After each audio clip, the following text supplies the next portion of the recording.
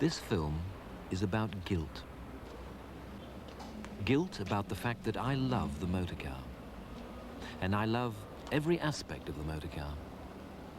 I like buying them, driving them, owning them, cleaning them.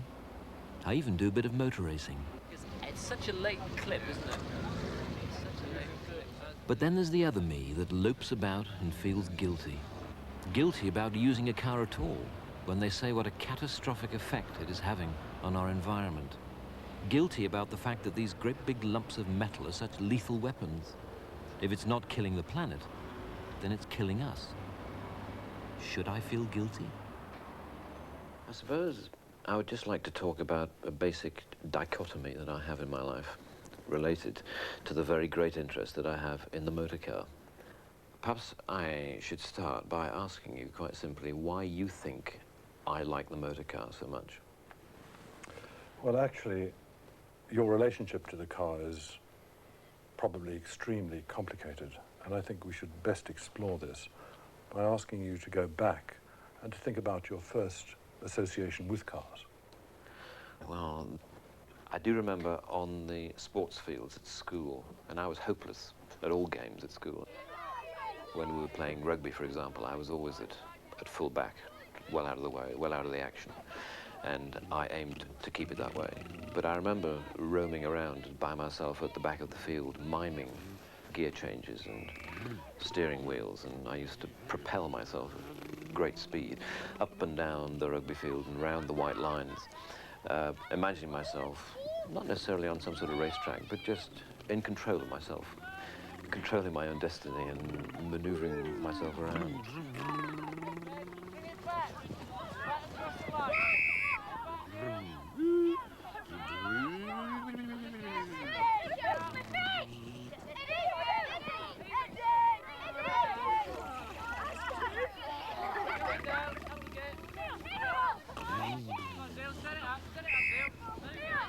I don't know if the other boys knew what I was doing. I think they just thought I was a bit peculiar, or to coin a phrase of the time, a bit of a spaz. But certainly the inspiration for at least a lot of my love of cars and machinery in general was the fact that I was brought up on a farm, and farms are wonderful playgrounds. And I remember being, of myself and my two brothers, the person who was always most keen to drive the tractor.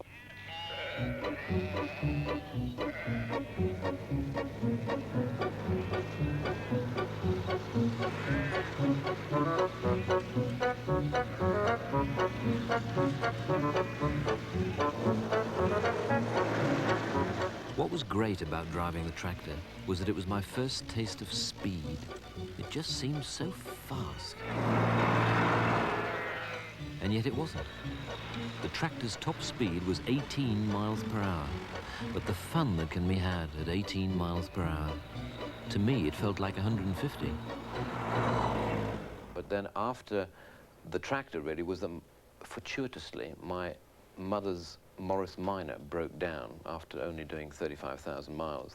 The wheel went into the front wheel arch, quite a common problem on some Morris Minors. And it was dumped on the farm. It was a perfectly good car, except for this one mechanical problem, which no one could be bothered to get round to solve. And I solved it. I managed to find a part. So this was it, my very first car. I couldn't believe my luck. If a farm is the ultimate playground, then this was the ultimate toy. I had a whale of a time driving recklessly about the farm for a couple of years, and then I decided to indulge in some customization.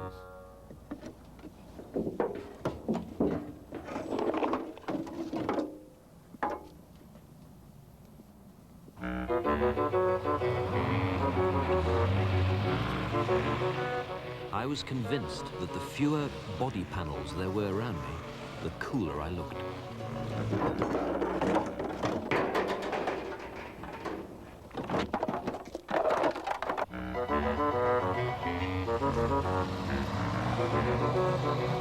When there was hardly anything left, I felt I was really motoring.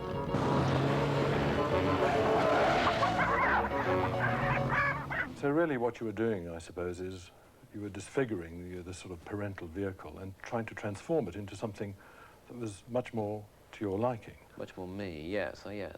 Mm-hmm. But how did you sort of move from that kind of driving experience to what most people take to be driving? I mean, passing the test and getting onto the road. Well, yes, obviously, by the time I was 17, I thought I was a pretty good driver because I'd been herring around a farm with what I thought was pretty immaculate car control for a few years by that point. And I think I probably was a reasonable driver technically, but I wasn't a good enough driver to pass the Department of Transport test, because I took my driving test 3 times, failed it twice. STY751G. I never failed for a technical reason. The reason stated on the failure form was always the same: not paying due care and attention to other road users. What did they mean? I was sure I was technically competent, but I suppose I just drove in a rather carefree style. I just went about the business of getting from A to B. Perhaps after 2 years on the farm, I treated other road users like wandering sheep that had escaped from the pen. I think this idea, though, of feeling invincible, that your skills are very sharply honed, I mean, it's very typical. It's very typical from the research of young males. If you ask men in particular, but also women to a large extent, do they think they're a good driver, then something like 85 to 90% think that they are above average. And to some extent, I think people treat being called a bad driver as almost in the same way as kind of slight on their sexual ability. People will admit that they're not very good at hanging wallpaper or carpentry. But when it comes to driving, most people feel very confident of those. So your experience at your pre-test is by no means unusual here, I don't think. So having acquired your driving license, you must now have felt that you were in total control. You'd acquired the mastery you were after, as far as cars were concerned. Yes, yes. I mean, mastery, and I suppose the return of my self-esteem was best exemplified a couple of years later when I did take my heavy goods vehicle driving license. Why I suddenly yearned to drive a truck, I'm not sure. Perhaps I was just remembering those days on the combine harvester, that nice feeling of being in control of something big.